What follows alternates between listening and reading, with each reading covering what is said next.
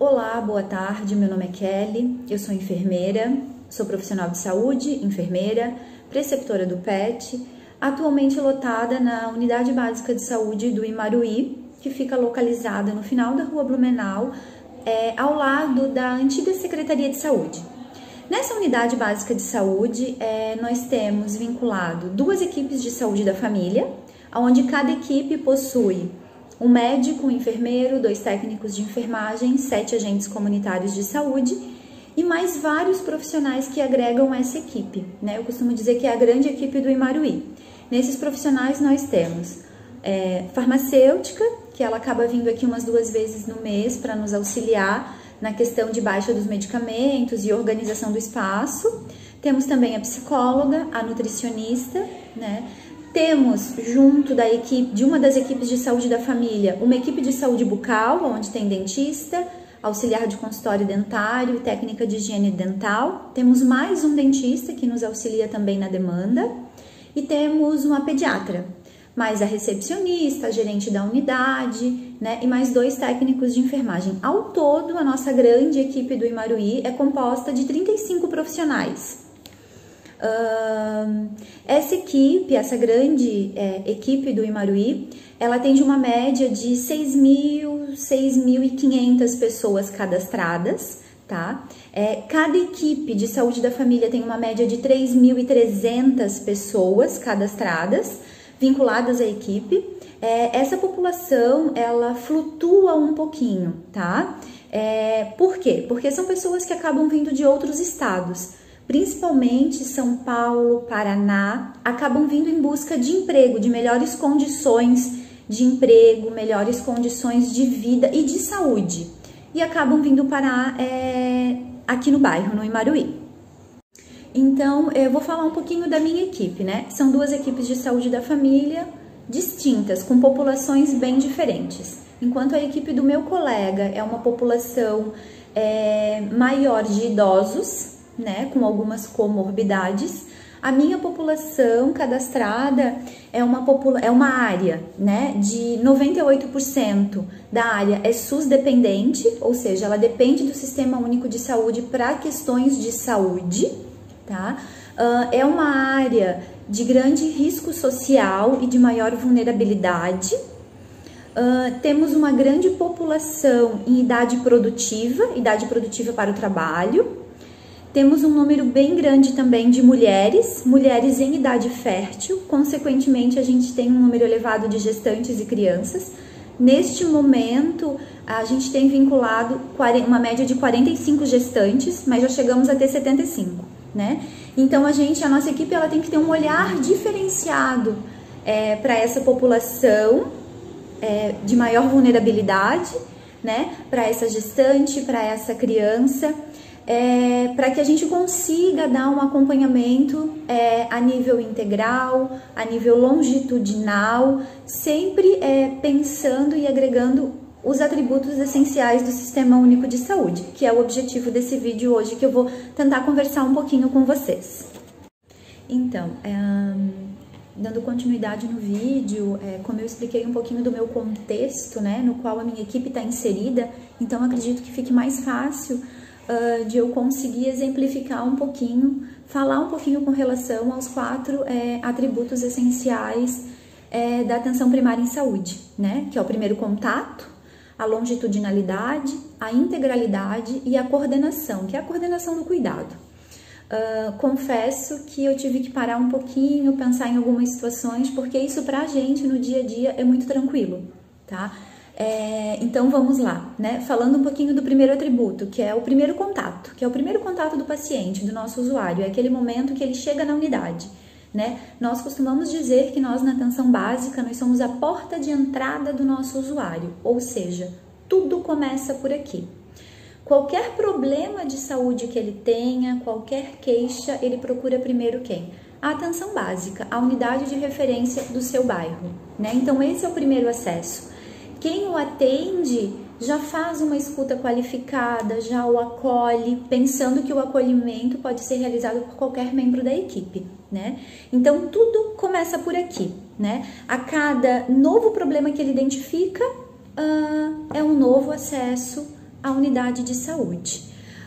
Seja ela para demandas de prevenção, né? Através de vacina, de coleta de preventivo, que é o Papa Nicolau, de alguma consulta de orientação, seja de algumas situações que ele precise naquele momento, de forma curativa, né? Seja a realização de curativo, seja a realização de alguma consulta médica ou de enfermagem, verificação de glicemia para ver o açúcar no sangue, verificação de pressão, temperatura, né? Então, tudo começa nesse primeiro contato, nesse primeiro acesso do nosso usuário à unidade básica de saúde, né? Eu vou dar um exemplo porque ele vai seguir lá na frente, né? Por exemplo, quando a mulher vem para nós com uma solicitação, com atraso no ciclo menstrual, no qual ela acredita que ela está grávida, né? Então, como é que funciona? A gente acolhe, a gente tem teste rápido na unidade, ela pode fazer e se ela quiser o confirmatório, a gente pede de laboratório. Confirmou-se a gravidez, já agenda-se a primeira consulta de pré-natal. E isso daí traz, né, o segundo atributo da atenção primária, que é a longitudinalidade, né? O exemplo do pré-natal para nós é o mais simples, né? Por quê? Porque ela fez a primeira consulta, ela veio para um teste, deu positivo, a gente agendou a primeira consulta de pré-natal e assim ela vai dar sequência durante todo o pré-natal dela aqui na atenção básica. Uma consulta com o enfermeiro, uma com o médico, conforme os protocolos, o protocolo municipal aí do Ministério da Saúde, né? E a gente segue acompanhando ela nessa longitudinalidade, né? Nada mais é do que esse acompanhamento dessa gestante e posteriormente da criança quando nasce, né? Porque a criança, a gente também continua esse acompanhamento através das puericulturas, né? Dependendo da situação é mensal ou a cada 2 meses, dependendo da realidade, da condição da criança, mas também é um exemplo de atendimento longitudinal, porque são consultas que é como se fossem consultas preventivas. A gente acompanha peso, altura, o desenvolvimento psicomotor dessa criança e faz orientação para a mãe. Então, isso é um exemplo de atendimento longitudinal. A gente continua cuidando dessa criança, né? Desde o momento lá do início que ela foi concebida, durante toda a gestação e depois que ela nasce.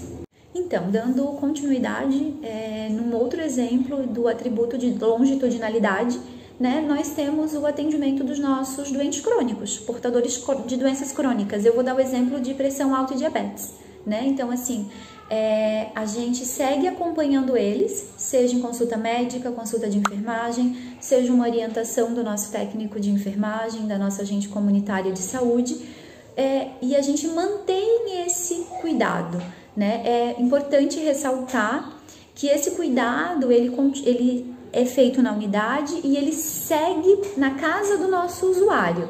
Por quê? Porque a gente tem o trabalho das agentes comunitárias, que é ponto primordial, né, para esse acompanhamento longitudinal. E isso acontece onde? Na casa do paciente, né? Porque a agente de saúde, ela faz a visita mensal.